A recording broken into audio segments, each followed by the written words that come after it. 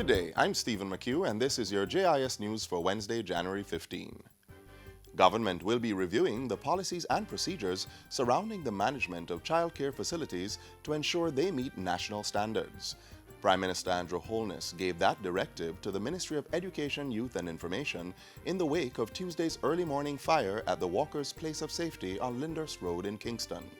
The fire started at the privately run facility at around midnight, claiming the lives of 2 children.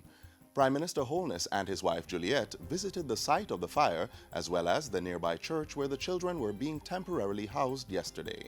I'm very saddened by this, and Juliet and I are deeply, deeply saddened by it.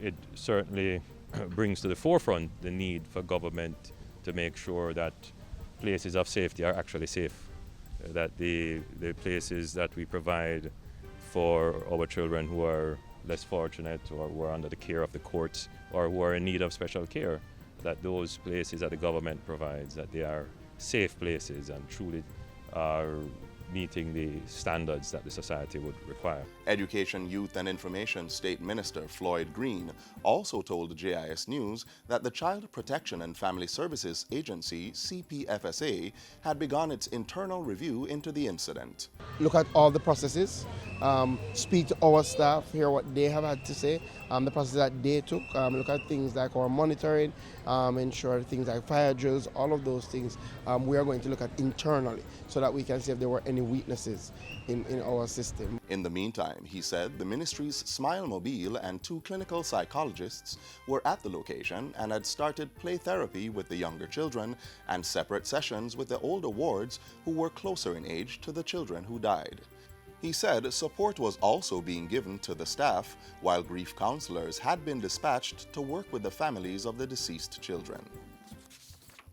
And while the Child Protection and Family Services Agency utilizes its emergency supplies to care for the children displaced by the Walker's Place of Safety fire, donations are being encouraged from the public.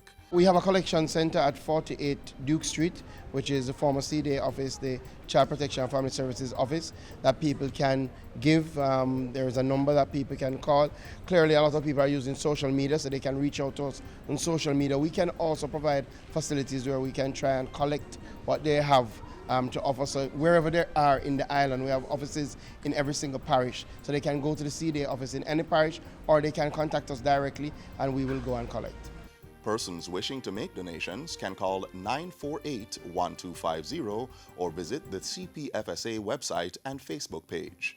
The OCR is also taking donations at its Carlton Crescent location. And Prime Minister Andrew Holness has endorsed the setting up of a fund announced by Member of Parliament for the area, Leader of the Opposition, Dr. Peter Phillips. I will be in touch with him to see how best I can contribute to that fund in the spirit of serving our children. And I would encourage all Jamaicans to contribute. The Walker's Place of Safety served as a transitional residence for children who have been abandoned or removed from their homes because of unstable conditions.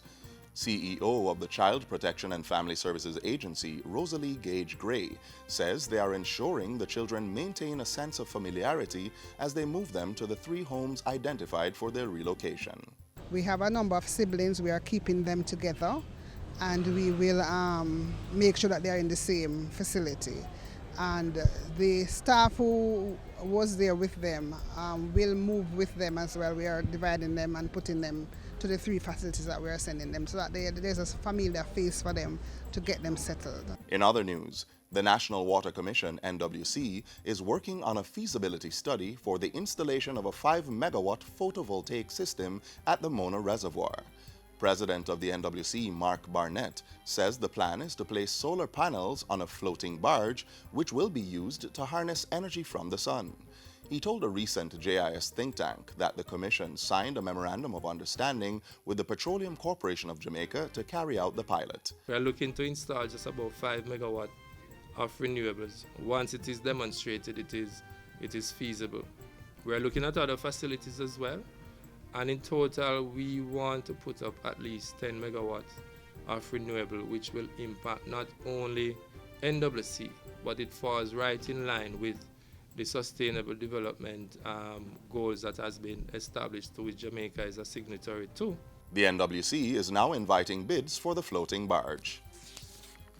Sport Minister Olivia Grange has named former national players Ian Pepe Goodison and Oberon Peterson Natty as ambassadors for InSports Primary School's football and netball programs.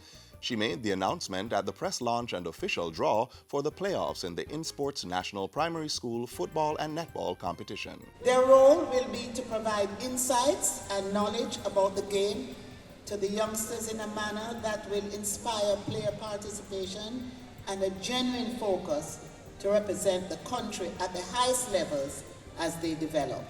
Minister Grange urged student athletes to do their best, promising that her ministry would be doing everything to ensure they excel.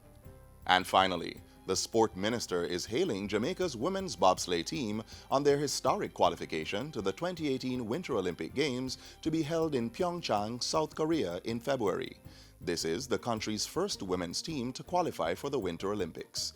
In a statement congratulating Carrie Russell, Audra Sigree, and Jasmine Fenletter Victorian, Minister Grange also commended the coaching staff and the Jamaica Bobsleigh and Skeleton Federation for their work in preparing the athletes to compete on ice.